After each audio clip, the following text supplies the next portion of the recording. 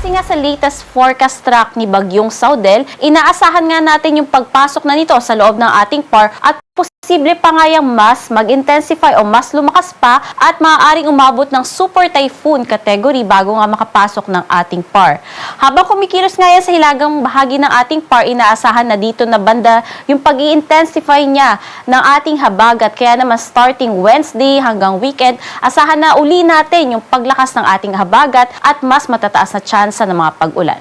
Base nga sa ating latest satellite animation ay habagat pa rin ang siyang umiiral sa buong Luzon at nagdudulot nga yan ng katamtaman hanggang sa kung paminsan-minsan ay malalakas sa mga pag-ulan dito sa may northern at central Luzon. Samantala, dahil nga sa patuloy na epekto ng habagat, magiging significant pa rin yung mga pag-ulan dito sa may Batanes na kung saan aabot ng 50 to 100 millimeters. At yung ganitong pag-ulan, maaaring magdulot ng mga localized flooding and landslide. Kaya iba yung pag-ingat sa ating mga kababayan dyan sa Batanes. Samantalang dito naman sa may Ilocos Region, Cordillera, nalalabing bahagi ng Cagayan Valley, buong Central Luzon, kabilang din ng Cavite, Batangas, Rizal, at maging dito sa may Occidental Mindoro. Makararanas din po dyan ng matataas na tsansa ng mga pag-ulan, dala pa rin ng habagat. Sa nalalabing bahagi ng Luzon, naapektuhan pa rin niya ng habagat, ngunit asahan lamang yung tsansa ng mga pulu-pulong mga pag-ulan.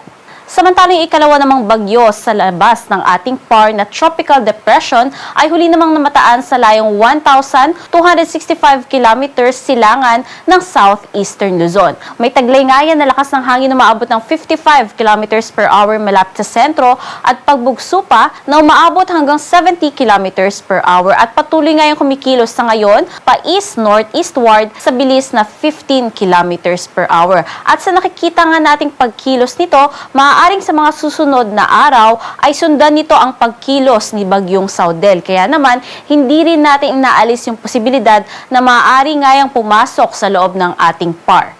At sa magiging kalagayan naman ng ating karagatan ay wala tayong nakataas na gale warning kaya malayang maglalayag lahat ng sasakyang pandagat. Ngunit iba yung pag-iingat sa mga papalaot dito sa may hilaga at kanlurang bahagi ng Luzon dahil magiging katamtaman hanggang sa matataas ang mga pag-alon.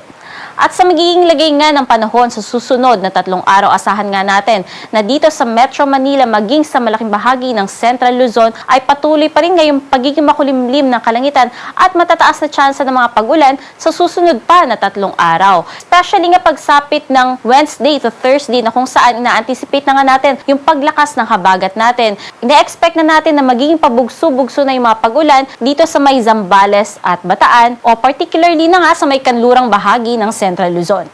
Samantalang dito naman sa may Baguio City, asahan din natin na patuloy yung magiging makulimlim ng panahon at pagsapit nga ng Thursday, mas matataas na tsansa na ng pabugso-bugso mga pag-ulan and including yung Ilocos Region, maging dito sa may Abra at sa buong Benguet. Samantalang dito naman sa Legazpi City, maganda pa yung panahon starting Tuesday up until Wednesday. Ngunit dahil nga sa paglakas ng habagat, asahan na rin natin yung tsansa o matataas na tsansa ng mga pag-ulan, especially sa malaking bahagi ng Bicol Region by Thursday. Dito naman sa may bahagi ng Visayas sa susunod na 3 araw. More on dito sa may Western Visayas ang makararanas na makulimlim na kalangitan at matataas na tsansa ng mga kalat-kalat na mga pag-ulan sa susunod na 3 araw. Maganda-ganda pa yung panahon dyan pero pagsapit nga ng Tuesday ay anticipate na po natin yung mas matataas na tsansa ng mga pag-ulan. At sa nalalabing bahagi nga ng Visayas, asahan pa rin natin na patuloy yung pagiging mainit at maalinsangan na panahon at may chances na mga pulo-pulo mga pag-ulan lalong-lalo na nga sa hapon.